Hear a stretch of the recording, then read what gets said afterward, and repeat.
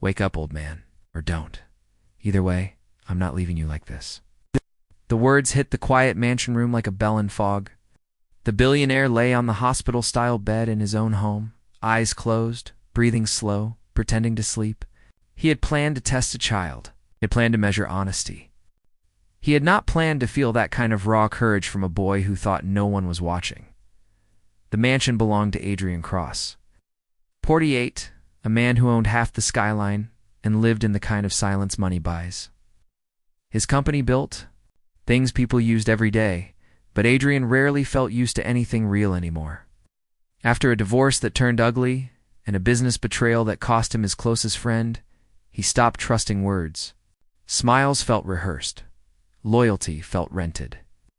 Even kindness came with invoices hidden in the fine print.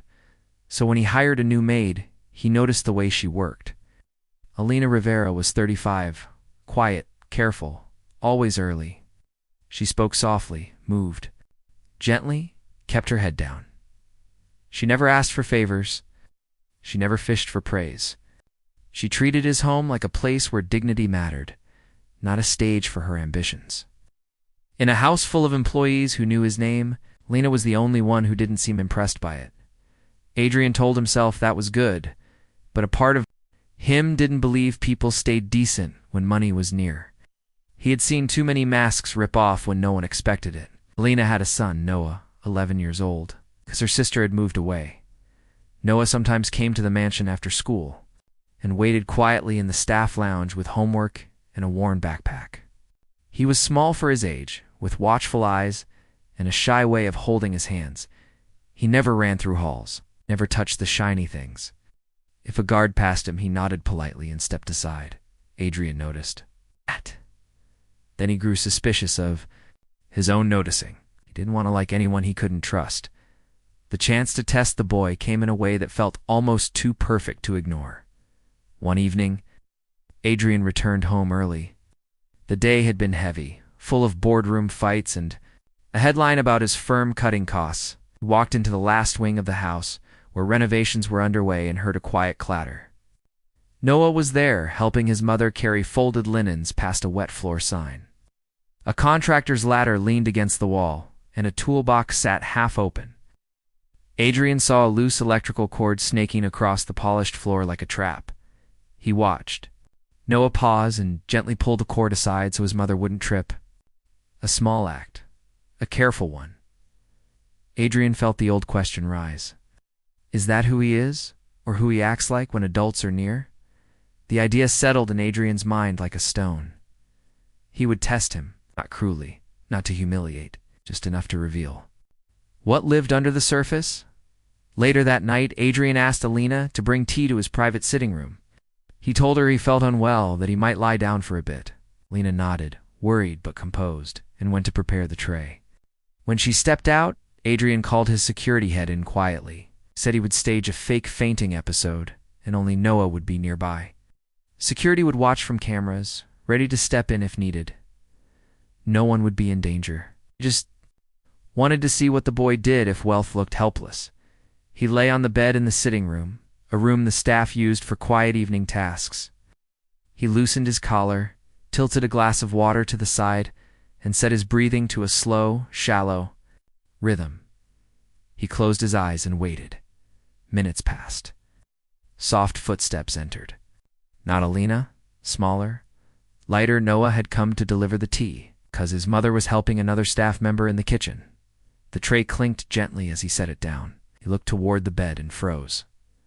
Adrian kept his eyes shut. He waited for panic, for greed, for a call to his mother. He waited to learn. Noah stepped closer. He reached for Adrian's wrist, not rudely, but with the careful touch of someone checking something precious. Noah's fingers trembled. He looked around the room and saw no one. He didn't know cameras were hidden behind dark panels. Didn't know a billionaire was pretending. Only knew a man was lying still in a quiet room alone. Noah swallowed hard. He ran to the door, then stopped. The hallway was long. His mother was far. The guards were at the front entrance. If he left, Adrian might need help before anyone returned, so Noah didn't leave. He grabbed his phone, cracked screen with a cheap case, and called emergency services. His voice was shaky, but clear. He gave the address. He said the man was not responding. He stayed calm enough to answer questions. When the dispatcher told him to check breathing, Noah did. When told to adjust Adrian's position, Noah did, using gentle hands. He was careful not to hurt him. Still, Adrian didn't move. Noah's fear rose. His eyes filled, but the boy didn't melt down. He moved with purpose, like someone who had practiced. Bravery, before Noah ran to the kitchen sink, wet a cloth and dabbed Adrian's forehead. He talked to him softly, asking him to hold on, telling him he was not alone. His voice cracked, but he stayed there. Adrian felt something cold spread through his chest. Not from fear, but from shame. This child believed a stranger's life mattered more than his own safety, more than his own comfort. He had not checked pockets. He had not looked around for valuables. He had not even thought of it. He only thought of help. Noah stepped back to keep watching Adrian's breathing, and that was when Alina rushed in. Breathless, she gasped, dropping her towel, and ran to the bed. She cried his name. She asked Noah what happened. Noah explained quietly, steady and fast, like a junior medic. Elena's hands shook as she followed his steps, pressing cloths. Keeping Adrian's head tilted, the sound of sirens grew closer outside. Adrian could not keep pretending. He opened his eyes.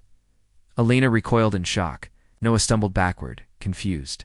Face flushing with fear that he had done something wrong, Adrian sat up slowly, with a weight on his shoulders he didn't expect. He looked at the boy's wet cheeks and shaking hands.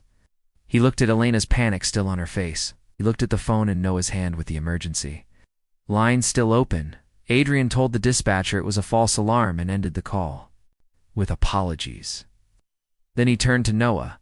He asked why he didn't run to get help first. Noah blinked, still trying to understand the situation. He said because if he left, you might not make it. He said, my mom always says you don't walk past someone who needs you. Noah's voice was small, but the truth inside it was huge. Adrian felt his throat tighten. The test he designed to protect his trust had just exposed his own emptiness. He thanked Noah. He apologized for frightening them. Said he was wrong to test a child like that. Elena stood rigid, torn between anger and relief. Noah stared at the floor, thinking he had failed some invisible rule. Adrian knelt beside Noah, until they were eye level. He said you did exactly what a good man does. Said you didn't freeze, even when you were scared. Said your heart is rare. Noah finally looked up. Adrian asked about his school, his dreams, his struggles. He listened, really listened. Noah admitted he wanted to be a doctor because he once watched his grandmother suffer without help. Adrian didn't smile politely. He made a decision. That night, Adrian offered Alina a new contract with triple the pay, full health care, and paid schooling for Noah. He arranged a scholarship path and mentorships through his foundation. He didn't do it to buy forgiveness. He did it because he had just met the kind of courage he wanted his world to run on. Over the next months, the mansion changed. Adrian started spending time in the staff areas, not as a king, but as a man learning. He asked questions. He thanked people by name. When he saw Noah studying, he brought him books. When Alina tried to refuse help out of pride, Rianne reminded her that accepting kindness is not weakness when it's given with respect. The day that froze Adrian was not a day of fear. It was the day he realized the smallest person in his home was the biggest heart in it. And sometimes, the real test is never about others. It's about who you become when goodness shows up in front of you without asking for anything back. If this story moved you, comment where you're watching from and tell us what you think true character looks like. Subscribe for more stories about quiet bravery, hidden heroes, and the moments that change lives without warning.